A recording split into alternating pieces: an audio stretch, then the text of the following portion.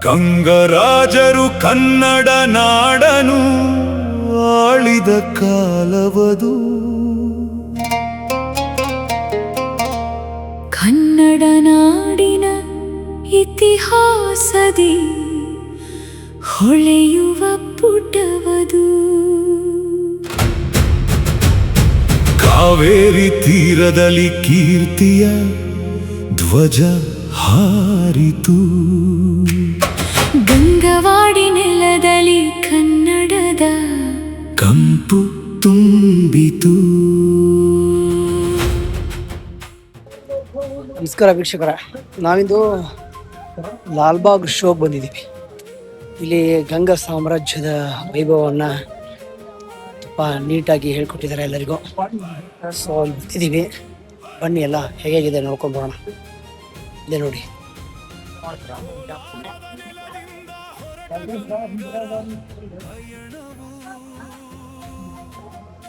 ಇದಲ್ಲ ಬನ್ನಿ ಒಳಗಡೆ ತುಂಬ ಇದೆ, ಚೆನ್ನಾಗಿ ಈ ಕಡೆ ನೋಡ್ಕೊಂಡು ಬರೋಣ ಹಿಂಗಿದೆ ಎಕ್ಸ್ಪೀರಿಯನ್ಸ್. ಆಮೇಲೆ ನನ್ನ ಪ್ರಕಾರ ಇವತ್ತೇ ಲಾಸ್ಟು, ಬಟ್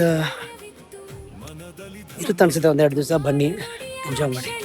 ಗಂಗರ ಬಲವಿತ್ತು, ದುರ್ವಿನೀತ ರಾಜನ ಕಾಲದಿ ಜ್ಞಾನವು ಬೆಳಗಿತು. ಕನ್ನಡದ ನೆಲದಲ್ಲಿ ಸಾಹಿತ್ಯದ ಸಿರಿ ಅರಳಿತು.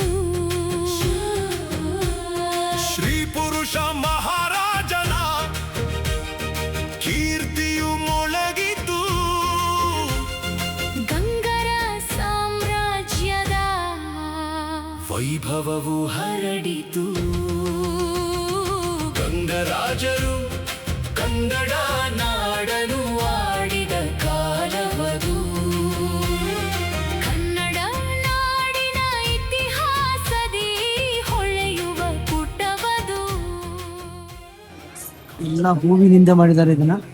ಎಲ್ಲ ಹೂಗಳು ನೋಡಿ, total throat across the world ಹೂಗಳೆಲ್ಲ ಇದೆ ಇಲ್ಲಿ. ಎಲ್ಲ ತಂದು ಚೆನ್ನಾಗಿ ಮಾಡಿದ್ದಾರೆ ನೋಡಿ.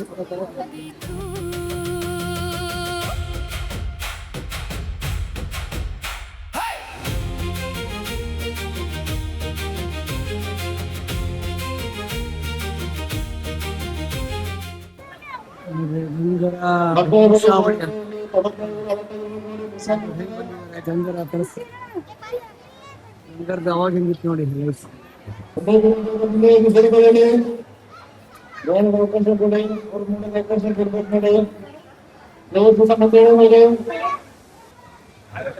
ಇದು ಮಹಾರಾಜ ವರ್ಮ ಗಂಗರಾಜ್ಯದ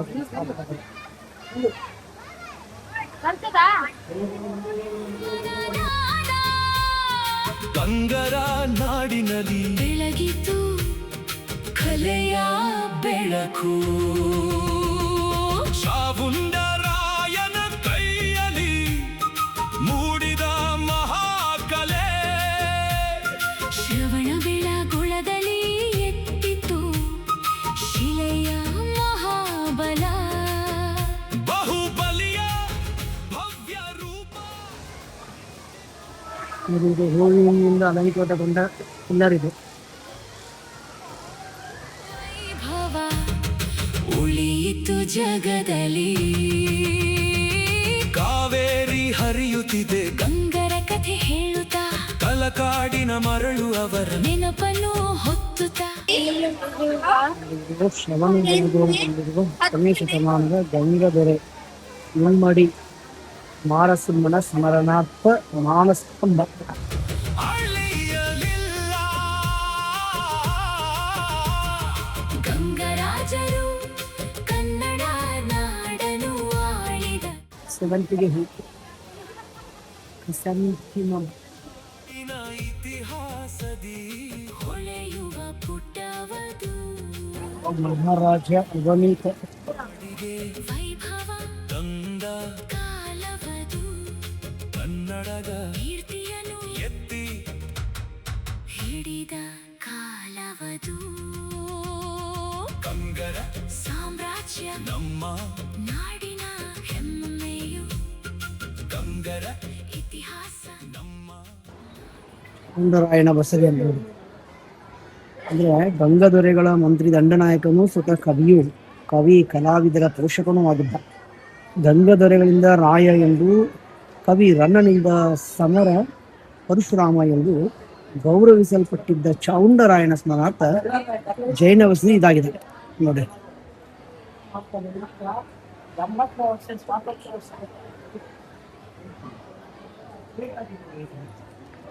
ಇದರ ನಿರ್ಮಾಣ ಕಾರ್ಯವು ಗಂಗದೊರೆ 4ನೇ ರಾಚಮಲ್ಲರ ಆಳ್ವಿಕೆಯ ಕಾಲದಲ್ಲಿ ಆರಂಭವಾಗಿ ಚಾವುಂಡರಾಯನ ಮಗನಾದ ಜೀನದೇವನಿಂದ ಪೂರ್ಣಗೊಂಡಿತು. ಈ ಸುಂದರ ದ್ರಾವಿಡ ಶೈಲಿಯ ದ್ವಿತಲ 2 ಮಹಡಿಯ ದೇವಸ್ಥಾನದ ಕೆಳಮಹಡಿಯಲ್ಲಿ ಜೈನ ಧರ್ಮದ 22ನೇ ತೀರ್ಥಂಕರಾದ ನೇಮಿನಾಥರ ವಿಗ್ರಹ ಹಾಗೂ ಮೇಲಿನ ಮಹಡಿಯಲ್ಲಿ ಪಾರ್ಶ್ವನಾಥರ ವಿಗ್ರಹವಿದೆ ನೋಡಿ.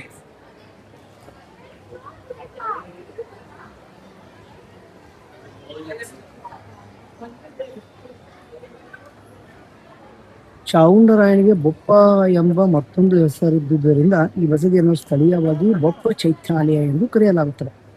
ಸಹಸ್ರಮಾನಕ್ಕೆ ಸಾಕ್ಷಿಯಾಗಿರುವ ಗೊಮ್ಮಟೇಶ್ವರ ಪ್ರತಿಮೆಯ ನಿರ್ಮಾಪಕನಾದ ಚಾವುಂಡರಾಯನ ಹೆಸರಿನ ಈ ಕಲಾ ದೇಗುಲಕ್ಕೆ ಈಗ ಪುಷ್ಪ ನಮನ ಸಲ್ಲುತ್ತದೆ ನೋಡಿ. ಎಲ್ಲವನ್ನು ಪುಷ್ಪದಲ್ಲಿ ಅಲಂಕಾರ ಎಲ್ಲ ಪುಷ್ಪ. ಗಂಗರಾಜರು ಕನ್ನಡ ನಾಡನು ಆಳಿದ ಕಾಲವದು. ಕನ್ನಡ ನಾಡಿನ ಇತಿಹಾಸದಿ ಇದು ನಾಗರತ್ನ ವೀರಗಲ್ಲು ದೇವಿ ಪುಸ್ತಕ ಉಂಟು. ಕಾವೇರಿ ತೀರದಲ್ಲಿ ಕೀರ್ತಿಯ ಧ್ವಜ ಹಾರಿತು. ವೀರಗಲ್ಲು ಇದು. ಗಂಗವಾಡಿ ನೆಲದಲ್ಲಿ ಕನ್ನಡದ ಕಂಪು ತುಂಬಿತು.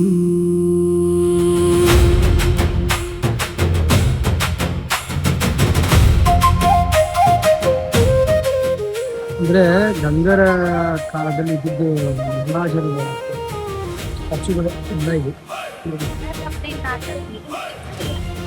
ಮಹಾರಾಜರ ರೀತಿ ಮಹಾರಾಜ ಮಹಾರಾಜ ಇಮ್ಮಡಿ ರಾಚಮಲ್ಲ, ಮಹಾರಾಜಿ ಇಮ್ಮಡಿ ಭೂತುಲ,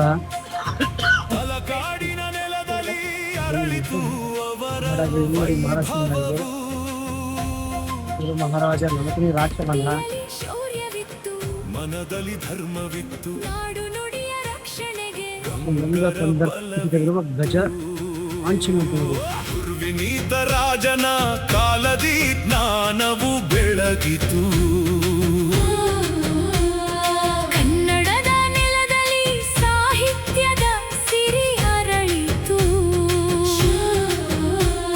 ಶ್ರೀ ಪುರುಷ ಮಹಾರಾಜನ ಕೀರ್ತಿಯು ಮೊಳಗಿತು.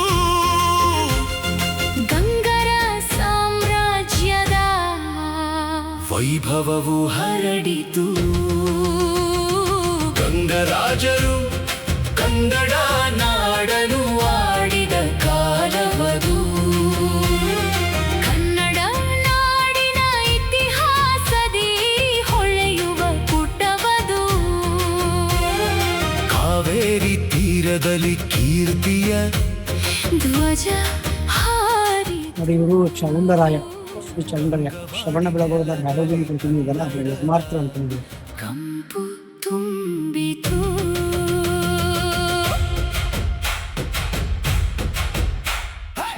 ಇದೆಲ್ಲ ಅದ್ರದ್ದು ನಿರ್ಮಾತ ಇವ್ರದ್ದು ಕಲ್ಪನೆ ಅದೇ.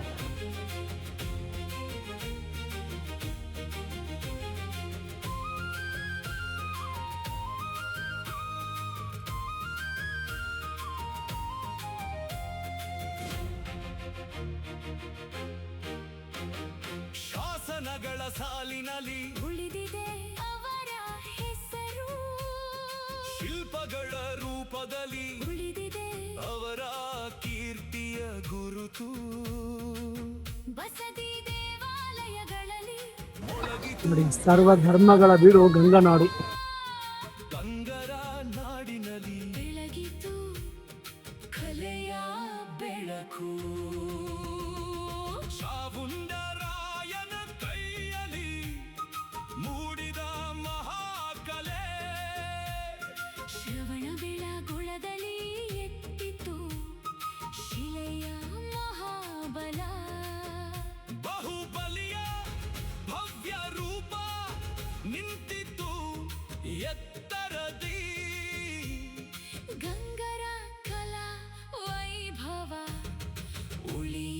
ಜಗದಲ್ಲಿ ಕಾವೇರಿ ಹರಿಯುತ್ತಿದೆ ಗಂಗರ ಕಥೆ ಹೇಳುತ್ತಾ ತಲಕಾಡಿನ ಮರಳು ಅವರ ನೆನಪನ್ನು ಹೊತ್ತುತ್ತಾ ಕಾಲವು ಕಳೆದರು ಕೀರ್ತಿಯು ಮಾಸಲೆಲ್ಲ ಕನ್ನಡದ ಹೃದಯದಿ ಗಂಗರ ಹೆಸರು ಹಳ್ಳಿಯಲ್ಲಿ ನೋಡ್ರಿ ಇದು ನವಖಂಡ ಅಂತ ವೀರಗಲ್ಲು ಅಂತ ಅಂದ್ರೆ ತನ್ನ ದೇಹವನ್ನು 9 ತುಂಡುಗಳನ್ನಾಗಿ ಕತ್ತರಿಸಿಕೊಂಡು ಬಲಿದಾನ ಮಾಡುತ್ತಿರುವ ನವಖಂಡ ವೀರಗಲ್ಲು ನಗರಗೆ ಗೌರವಗಿರಿನೂರಲ್ಲಿದೆ ಅಂತ ನಾಡಿನ ಇತಿಹಾಸದಿ ಹೊಳೆಯುವ ಪುಟ್ಟವದು ವೀರರ ನಾಡಿಗೆ ವೈಭವ ತಂದ ಕಾಲವದು ಕನ್ನಡದ ಕೀರ್ತಿಯನ್ನು ಎತ್ತಿ ಹಿಡಿದ ಕಾಲವದು ಗಂಗರ ಸಾಮ್ರಾಜ್ಯ ನಮ್ಮ ನಾಡಿನ ಹೆಮ್ಮೆಯು ಗಂಗರ ಇತಿಹಾಸ ನಮ್ಮ ನಾಡಿನ ಸಂಪತ್ತದು ಕನ್ನಡದ ಮಣ್ಣಿನಲ್ಲಿ ಅವರ ಹೆಜ್ಜೆಯ ಗುರುತಿದೆ ಕನ್ನಡದ ಹೃದಯದಲ್ಲಿ ಅವರ ಕೀರ್ತಿ ಸ್ವತವಿದೆ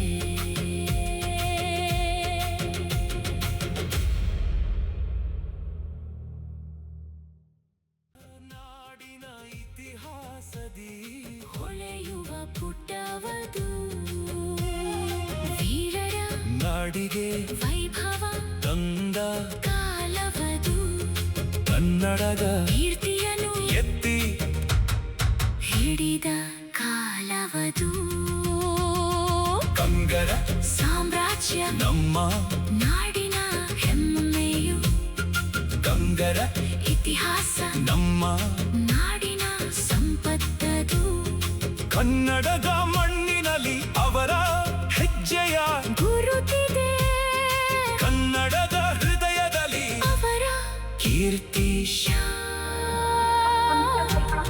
ಸ್ವತವಿದೆ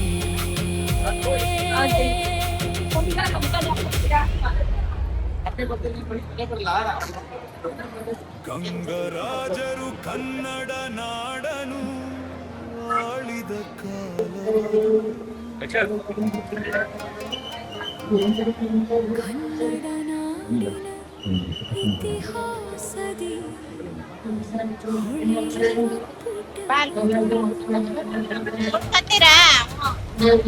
ಕಾವೇರಿ ತೀರದಲ್ಲಿ ಕೀರ್ತಿಯ ಧ್ವಜ ಹಾರಿ ಒಂದೇ ಕಾಲಕ್ಕೆ ಹಂಗಿತ್ತು ನಂಗೆ ಆಮೇಲೆ ಹಿಂಗ್ ಮಾಡೋದು ಸ್ಟೆಪ್ ಯಾವ ತರ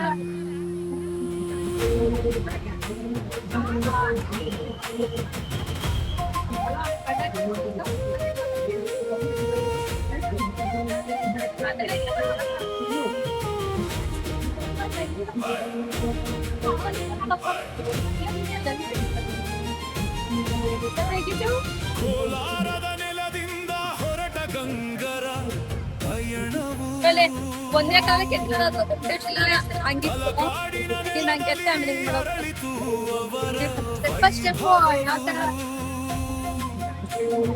ಕತ್ತಿಯಲ್ಲಿ ಶೌರ್ಯವಿತ್ತು ಮನದಲ್ಲಿ ಧರ್ಮವಿತ್ತು ನಾಡು ನುಡಿಯ ರಕ್ಷಣೆಗೆ ಗಂಗರ ಬಲವಿತ್ತು ಗುರುವಿನೀತ ರಾಜನ ಕಾಲದಿ ಜ್ಞಾನವು ಬೆಳಗಿತು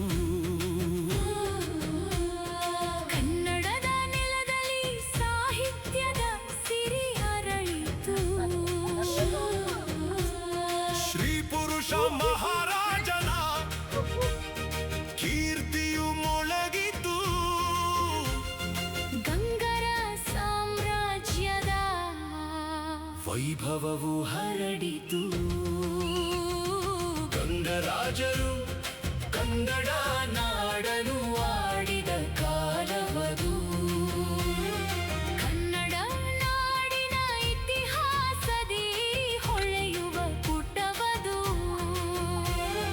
ಕಾವೇರಿ ತೀರದಲ್ಲಿ ಕೀರ್ತಿಯ ಧ್ವಜ ಹಾರಿತು ಗಂಗವಾಡಿ ನೆಲದಲ್ಲಿ ಕನ್ನಡದ ಕಂಪು ತುಂಬಿತು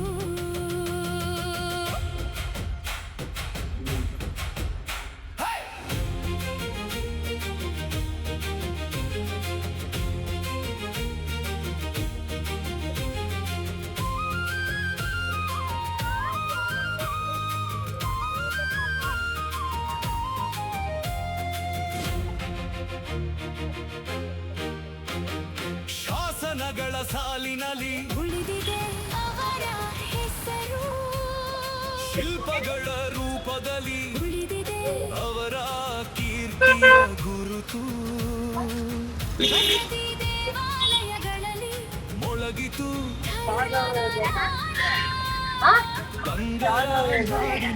ಬೆಳಗಿತು ಕಲೆಯ ಬೆಳಕು ಚಾವುಂಡರಾಯನ ಕೈಯಲ್ಲಿ ಮೂಡಿದ ಮಹಾಕಲೆ ಶ್ರವಣ ಬೆಳಗೊಳದಲ್ಲಿ ಎತ್ತಿತು ಶಿಲೆಯ ಮಹಾಬಲ ಬಾಹುಬಲಿಯ ಭವ್ಯ ರೂಪ ನಿಂತಿದ್ದು ಎತ್ತರದಿ ಗಂಗರ ಕಲಾ ವೈಭವ ಉಳಿಯಿತು ಜಗದಲ್ಲಿ ಕಾವೇರಿ ಹರಿಯುತ್ತಿದೆ ಗಂಗರ ಕಥೆ ಹೇಳುತ್ತಾ ತಲಕಾಡಿನ ಮರಳು ಅವರ ನೆನಪನ್ನು ಹೊತ್ತುತ್ತಾ ಕಾಲವು ಕಳೆದರು ಕೀರ್ತಿಯು ಮಾಸಲಿಲ್ಲ ಕನ್ನಡದ ಹೃದಯದಿ ಗಂಗರ ಹೆಸರು ಅಳಿಯಲಿಲ್ಲ ಗಂಗರಾಜರು ಕನ್ನಡ ನಾಡನು ಆಳವನ್ನು ಕನ್ನಡ ನಾಡಿನ ಇತಿಹಾಸದಿ ಹೊಳೆಯುವ ಪುಟವದು ನಾಡಿಗೆ ವೈಭವ ತಂದ ಕಾಲವದು ಕನ್ನಡದ ಕೀರ್ತಿಯನ್ನು ಎತ್ತಿ ಹಿಡಿದ ಕಾಲವದು ಕಂಗರ ಸಾಮ್ರಾಜ್ಯ ನಮ್ಮ ನಾಡಿನ ಹೆಮ್ಮೆಯು ಕಂಗರ ಇತಿಹಾಸ ನಮ್ಮ ನಾಡಿನ ಸಂಪತ್ತದು ಕನ್ನಡದ ಮಣ್ಣಿನಲ್ಲಿ ಅವರ ಹೆಜ್ಜೆಯ ಗುರುತಿದೆ ಕನ್ನಡದ ಹೃದಯದಲ್ಲಿ ಅವರ ಕೀರ್ತಿ ಶಾಶ್ವತವಿದೆ